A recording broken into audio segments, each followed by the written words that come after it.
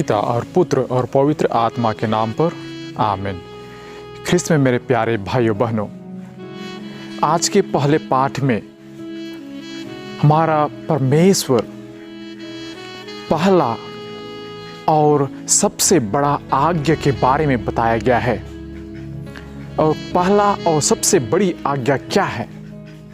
हमारे प्रभु ईसा मसीह खुद बताते हैं कि सबसे पहले कौन सी आज्ञा आती है, और जिसे हम विधि विवरण ग्रंथ में अध्याय 6 में हम पढ़ते हैं, जिसे हम बोलचाल की भाषा में कहते हैं क्षमा इस्राएल। मतलब हियर ओ इस्राएल, ओ इस्राएली आप सुनो, आप परमेश्वर को पूरे हृदय से, पूरी आत्मा से, पूरी शक्ति से उन्हें प्यार करो और उन्हें अपने माथे पर, अपने बाह पर ताबीज बनाकर बांध लो और अपने दरवाजे के चौखट पर भी लगा कर रखो कि मैं ही पिता परमेश्वर हूँ, मैंने ही आप लोगों को मिस्र देश से भगाकर बाहर निकाला है। आप इस चीज को लिख कर रख लो और हमेशा याद रखो और अपने बच्चों को भी यह चीज बताओ। इसी चीज को आज के पहले पाठ में बताया गया है और इससे बहुत सारे चीज हमें सीखने को मिल सकता है। जो भी हम अपने जीवन में तकलीफ सह कर हम इस रास्ते से गुजरे हैं, उसे हमें अपने आने वाले पीढ़ी को भी बताने की आवश्यकता है। नहीं तो वे भूल जाएंगे कि कौन हमें वहां से मिस्र देश से बाहर निकाल कर आया और कौन हमें अभी खिला पिला रहा है। जो हम अपने जीवन में सुख शांति जो हम पा रहे हैं वह कहां से मिले? अभी जो हमें अच्छा भोजन मिल रहा है, जो हम पानी पी रहे हैं, जो भी हमारे जीवन में अच्छे चीजें मिल रहे हैं, वह हमें कहां से मिल रहा है? इस चीज को हम बीते हुए चीजों से अब तक के लिए हम उसे याद रखें और हम अपने आने वाली पीढ़ी को भी बताएं। और इसे मनन चिंतन करने के लिए मैं कई सारे उदाहरण आपके सामने प्रस्तुत करने जा रहा हूं। सबसे पहले आपने देखा है विधि विवरण ग्रंथ में, जहां पर जूस वे लोग अभी भी जब वे प्रार्थना करते हैं, इस प्रार्थना को दोहराते समय वे अपने माथे पर, वह एक बॉक्स होता है, उसे वे अपने माथे पर लगाते हैं, अपने बाह पर बांधते हैं और वे प्रार्थना करते हैं। और उसी चीज को अभी भी हमारे समाज में आप देखेंगे, फ्रांसिस्कन जिसे हम कहते हैं OFM, ये जो समाज है वे अभी भी फ्रांसिस्कन फादर्स लोग होते हैं, जो सिस्टर लोग होते हैं, वे अभी भी जो ड्रेस पहनते हैं उस पर वे बेल्ट लगाते हैं और उस पर आप देखेंगे कि 3 नोट बांधा हुआ रहता है। और उसका भी अर्थ यही होता है कि वे लोग अपने जो वो होता है उसे वे याद करते हैं, जिसे हम 3 वोस कहते हैं, पॉवर्टी, चास्टिटी एंड ओबीडियंस। मतलब हम हमेशा अपने जिंदगी भर के लिए हम गरीबी अवस्था में रहे, सब कुछ हम ईश्वर के लिए चढ़ा दे और हम हमेशा बिना शादी किए युवा रहें और हम आज्ञाकारी बने।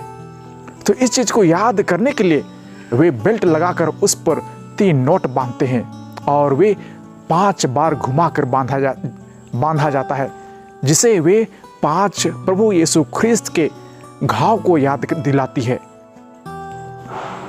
यह सब चीज हमें कभी कभी हंसी आती होगी, लेकिन सच में यदि हम अपने जीवन में लाना चाहे या तो हम याद करना चाहे, तो हमारे जीवन में कुछ ना कुछ ऐसी होनी चाहिए जो हमें अपने परियों का या तो अपने जीवन में जो लाना है उसे हमेशा याद दिलाती है।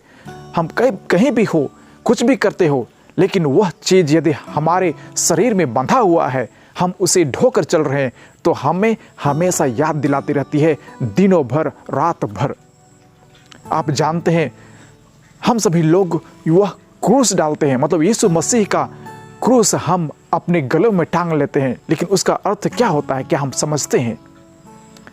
हमारे प्रभु ईसा मसीह क्रूस पर मर गए और वह क्रूस हमारे जीवन में वह याद दिलाना चाहिए कि हम भी ईसा मसीह के समान दुख भोग सहने के लिए तैयार रहेंगे। हम दूसरों के खातिर अपना जान कुर्बान कर देंगे।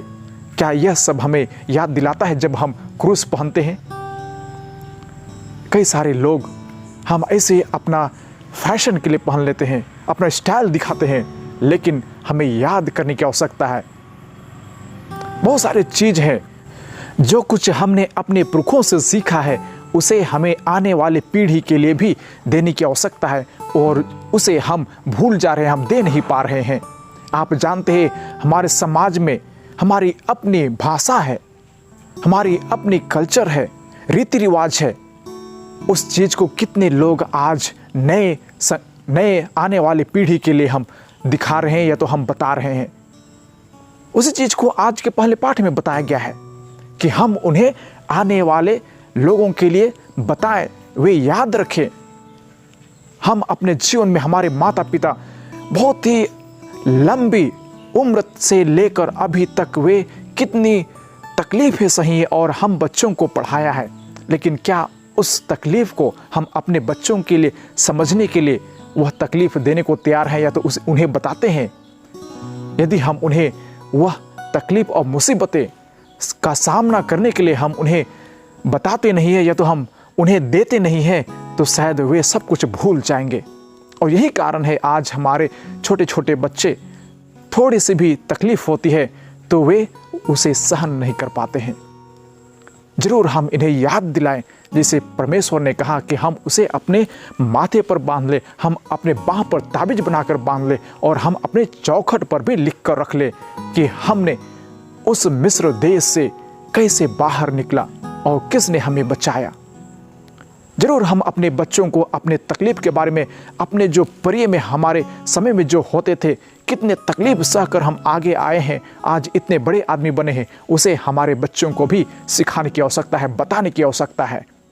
उसी प्रकार आज के सुसमाचार में हम लोग सुनते हैं कि किसी व्यक्ति ने अपने बेटे को यीशु के शिष्यों के पास ले जाते हैं, इसलिए लेते हैं कि वे उन्हें चंगा कर सके, और उनके शिष्य उन्हें चंगा नहीं कर सके, तो उन्होंने यीशु मसीह के पास लेकर आता है।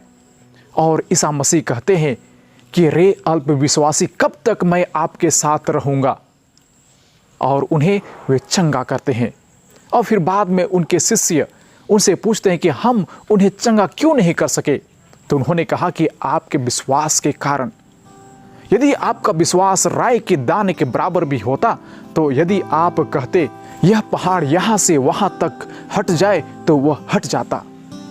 मतलब हमारा विश्वास परमेश्वर पर पूर्ण होनी चाहिए। जो हम करते हैं, यदि हमारा विश्वास पूरा है, तो हमें पूर्ण रूप से वह शक्ति प्राप्त होगी।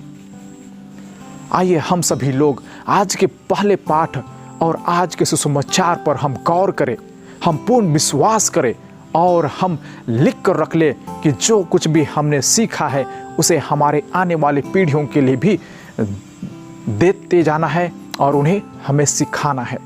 आइए हम कुछ देर मौन रहे और हम परमेश्वर से यह कृपा दान मांगे। पिता और पुत्र और पवित्र आत्मा के नाम पर, आमीन।